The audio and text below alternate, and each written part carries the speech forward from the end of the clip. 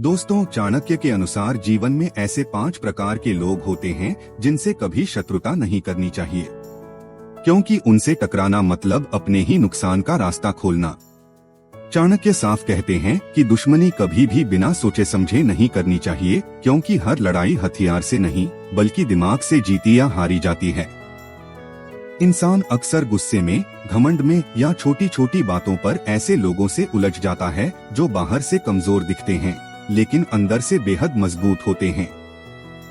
चाणक्य चेतावनी देते हैं कि कुछ लोग ऐसे होते हैं जिनसे टकराना आग से खेलने जैसा होता है। शुरू में बस एक छोटी सी चिंगारी दिखती है, लेकिन जब वह भड़कती है तो सब कुछ जला डालती है। ऐसे लोगों के पास न बड़ी दौलत होती है, न कोई फौज, लेकिन उनके पास ऐसी शक्ति होती है जो बड़े बड़े राजाओं और साम्राज्यों को भी गिरा सकती है। यह शक्ति है बुद्धि, धर्म, धैर्य, ईमानदारी और ज्ञान की। इसलिए चाणक्य कहते हैं कि सच्चा समझदार वही है जो अपने शत्रु को पहले पहचान ले, इससे पहले कि वह उसे नुकसान पहुंचा सके। अब जानते हैं वे 5 लोग कौन हैं जिनसे दुश्मनी करना खुद के विनाश को बुलाना है और जिनके पीछे छिपी है गहरी सीख। पहला, बुद्धिमान व्यक्ति से दुश्मनी मत करो। चाणक्य कहते हैं कि एक बुद्धिमान व्यक्ति अपनी समझ से सैकड़ों योद्धाओं पर भारी पड़ सकता है। बुद्धि ऐसा हथियार है जो दिखाई नहीं देता, लेकिन सबसे गहरा वार करता है।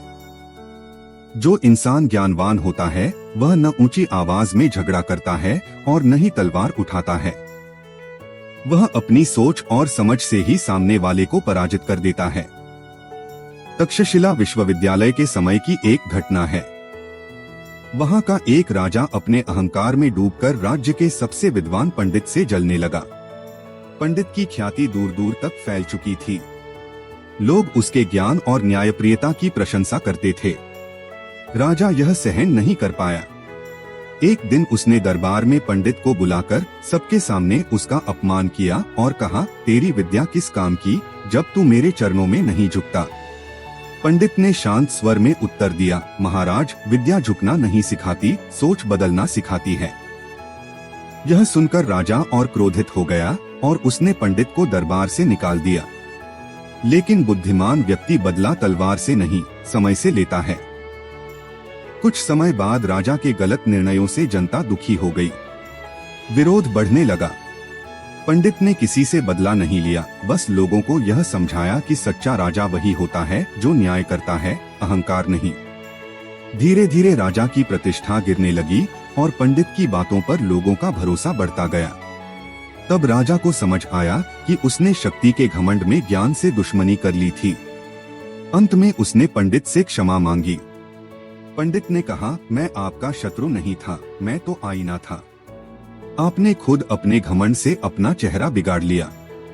चाणक्य इसी से सिखाते हैं कि बुद्धिमान व्यक्ति से टकराना समंदर से लड़ने जैसा है, ऊपर से शांत लेकिन भीतर ऐसी गहराई जो डुबो सकती है। दूसरा, गरीब लेकिन ईमानदार व्यक्ति से दुश्मनी मत करो। चाणक्य कहते हैं कि गरीब लेकिन सच्चा इंसान सबसे मजबूत होता है, क्योंकि उसकी ईमानदारी उसकी असली शक्ति होती है। एक गांव में एक अमीर साहूकार और एक गरीब बढ़ी रहता था। बढ़ी मेहनती और सच्चा था, इसलिए गांव के लोग उस पर भरोसा करते थे। साहूकार को उसकी बढ़ती इज्जत से जलन होने लगी। उसने झूठ फैला दिया कि बढ़ी चोरी की लकड़ी से काम करता है। बढ़ी ने कोई सफाई नहीं दी। उसने बस इतना कहा, सच्चाई को साबित करने के लिए शब्द नहीं, समय चाहिए। कुछ महीनों बाद गांव में भीषण आग लगी और कई घर जल गए, साहूकार का घर भी। तब वही गरीब बढ़ी सबकी मदद के लिए आगे आया और दिन रात मेहनत करके लोगों के घर दोबारा बना दिए। गांव वालों को उसकी सच्चाई समझ में आ गई और साहूकार शर्मिंदा हो गया। यह घटना सिखाती है कि ईमानदारी देर से सही, लेकिन अंत में जीतती जरूर है। तीसरा, धैर्यवान व्यक्ति से दुश्मनी मत करो। चाणक्य कहते हैं कि धैर्य रखने वाला व्यक्ति बाहर से शांत दिखता है, लेकिन उसके भीतर अपार शक्ति छिपी होती है। एक राजा ने घमंड में आकर अपने बुद्धिमान मंत्री को अपमानित करके दरबार से निकाल दिया। मंत्री ने कोई विरोध नहीं किया, बस मुस्कुराकर चला गया। कुछ समय बाद राज्य पर संकट आ गया। शत्रुओं ने हमला किया और बाकी मंत्री भाग गए। तब वही अपमानित मंत्री वापस आया और अपनी समझ से राज्य को बचा लिया। राजा को तब एहसास हुआ कि धैर्यवान व्यक्ति कभी जल्दबाजी में प्रतिक्रिया नहीं करता, क्योंकि उसे भरोसा होता है कि समय ही उसका न्याय करेगा।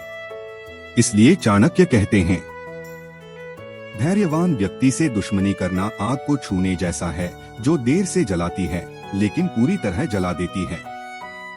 चौथा, धार्मिक या आध्यात्मिक व्यक्ति से दुश्मनी मत करो।